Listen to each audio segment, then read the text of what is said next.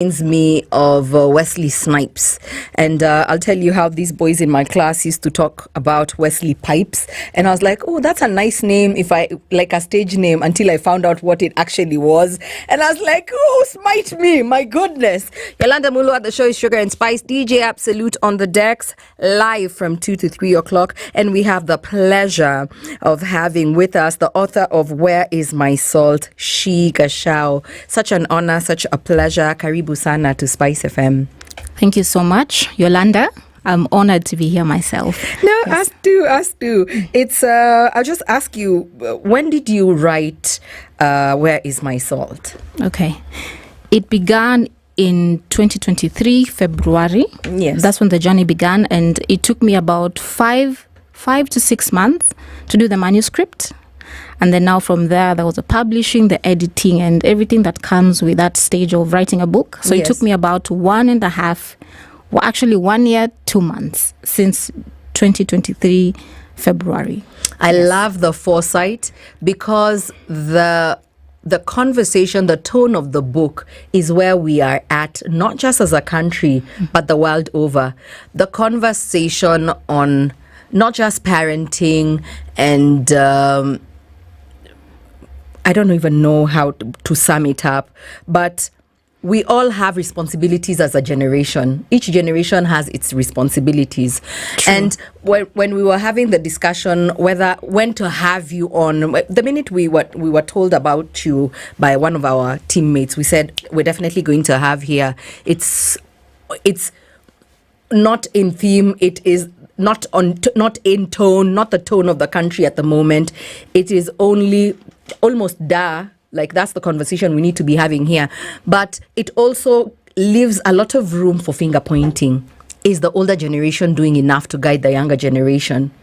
A lot of finger pointing. I just threw the question at someone in the studio today, one of our interns, and her answer was a very loud no. DJ Absolute was like, excuse me, said y'all are not doing enough. And I'm like, when you say y'all, who are you talking about? Because I'm a millennial. I cannot parent you, because Gen Zs, the people who the Gen Zs would have a communication barrier with I would want you to be our spirit guide through this conversation today. Yes. So first of all, allow me to say that this is a very delicate topic. Yes. Not just because it's emotive, because in here lies our culture. Yes. In our parents, in our grandparents, in them lies our culture. Yes. In them lies our traditions, our morals, basically everything that builds a society. And because there's a huge disconnect between the older generation, and I'm going to talk about baby boomers. For me, it's going to be about baby boomers and Generation X's against millennials and Gen Z. And Gen Z sometimes don't feel like we are so close in age that our challenges are similar. Yes. Yeah. More than they would have with the Gen X's and the baby boomers. Yes. Just like with us millennials, we have similar problems with people who are Gen X's, but yes, the younger Gen X's. Yes. The bottom cream. Yes. So let me talk about Gen X and baby boomers together, millennials and Gen Zs together. Okay. I'll talk about that. Yes. And it's a very delicate matter because of what I've talked about.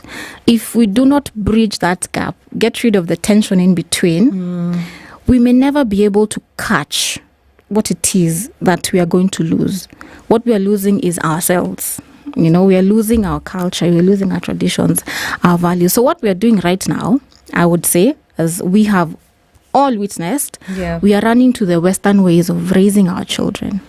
But it's allow me today, I'm going to be a little on the devil in the room committee. We live in very special times, if you might say. Before we had our sources of information and where we looked up to were very much boxed. We had our parents, we had our aunties, our people in our society, in our community. Now we have the internet. Now we have, your child doesn't just have you to look up to, or that's not the only guiding voice they have. Forget even peer pressure. Now we have a different devil in the room, which is the World Wide Web. And that's the unfortunate part. It is fortunate, of course, in one way. Double-edged sword. But here's the thing. Because we have such a huge disconnect between us and the ones who raised us. Because, first of all, we feel violated. Yes. The millennials have come out in huge numbers. Not even so much millennials. The Gen Zs have come out in huge numbers to say, I think I was violated growing up, you know. Yes. I think I was abused. I was not being raised actually raised by a parent. I feel like I was in a military camp all of my life. And because Gen Z came out to start talking about it, millennials are also coming out right now. They're saying, you know what, it was worse for us. If you think you got abused, you got this people a little tired. You don't even know what you're talking about. Yeah. And here's the thing. The reason my generation is feeling violated is because the older generation feels as though they're justified. I'll tell you why they feel justified. But they are in many ways, they are justified in many ways. They lived through many things. Exactly. Yeah. They lived through so much. They watched their parents get, it's not just abuse. They got killed in their sight, in their homes. They watched their parents go through things that, should be getting investigated by the UNs, And all the freedoms we enjoy in our lives today, the right to information, the right to assemble, the freedom of a woman to vote, they all fought for. We are standing on the shoulders of giants. Unfortunately, what that did to them is it wounded them. There's no other way they pursue life. They see life, Yeah.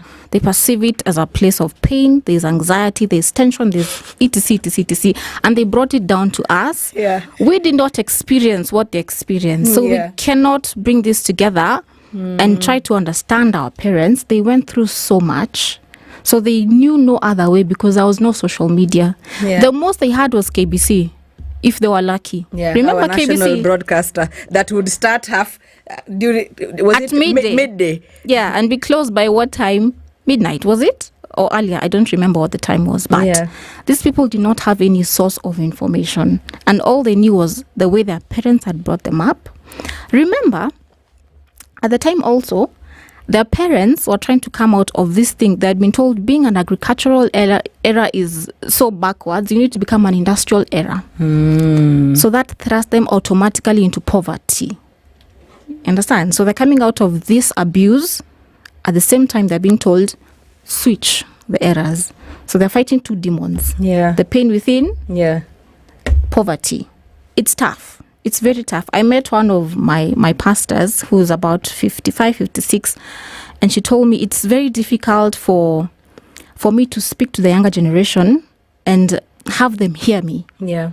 In as much as I have so much knowledge and wisdom within me, they can't hear me. So she told me, because you have come out and put yourself, out there for us to be able to access you and use you, allow us to send you with a message to them that we did not do what we did because we wanted. We understand we were brutal. It was not, it was not what you wanted to become, but this is all we knew. So we do have a great disconnect. They want to reach us, but we have locked the door. Yeah. We are too wounded to be able to see beyond our pain. And that is why even this book, Where is My Salt? This is a letter that encourages a young woman to look so deep within themselves. Yes, I was wounded. Sure, I was wounded. But okay, if I go beyond that, if I walk 2 steps back and I look at, okay, my mom, when I look at her, my dad, when I look at him, I think he was also wounded. Okay, all right. Where did this come from? If we do that, we'll be able to meet them somewhere. Then we can get the knowledge and the wisdom and everything that we need, our cultures back and our, Would you say values. our greatest challenge, the generational challenge is we don't not just speak the same language, but we don't understand each other. We don't empathize with each other. We don't put ourselves in each other's shoes and justifies the factors, both social, economic, and everything around us, the stimulus that is around us, even as we are all growing up, and why we have reached where we have in certain standpoints or our ways of thinking. Because I feel like sometimes I just sit and I'm like, it's like our president is being spoken to by these children in Russian. Because and our political class in general is like, I'm like, oh my goodness, just watching it, I feel like we are in the middle. We're the fulcrum as the millennial. We understand the generations that come before us, and we understand the Gen Zs. So damn us, because we speak both languages. And I'm like, oh my goodness, you're not listening. And then when I look at them, sometimes I'm also like, you're also not listening to the older generation. Not to listening does not mean to let go of the struggles or the things that you're fighting for. It is to better understand. Like you're saying, if we don't understand, there's nothing you're saying. You're saying we definitely will lose our society as we know it. Yes. We're going to get into music. It's past. When we come back, Shee, you are like sent from heaven. Where do you see a middle ground? Is this an exercise in futility? Are we going to ever understand each other? I know you had months and months of research, and we want to enter inside your head and see whether it is a dream, a far-fetched dream, or what we can do to start the wheels turning in the right direction. I love this conversation. High five yourself. Neo featuring PD with Stay, which I hope she is going to do. She'll stay here until we somehow understand what is really going on.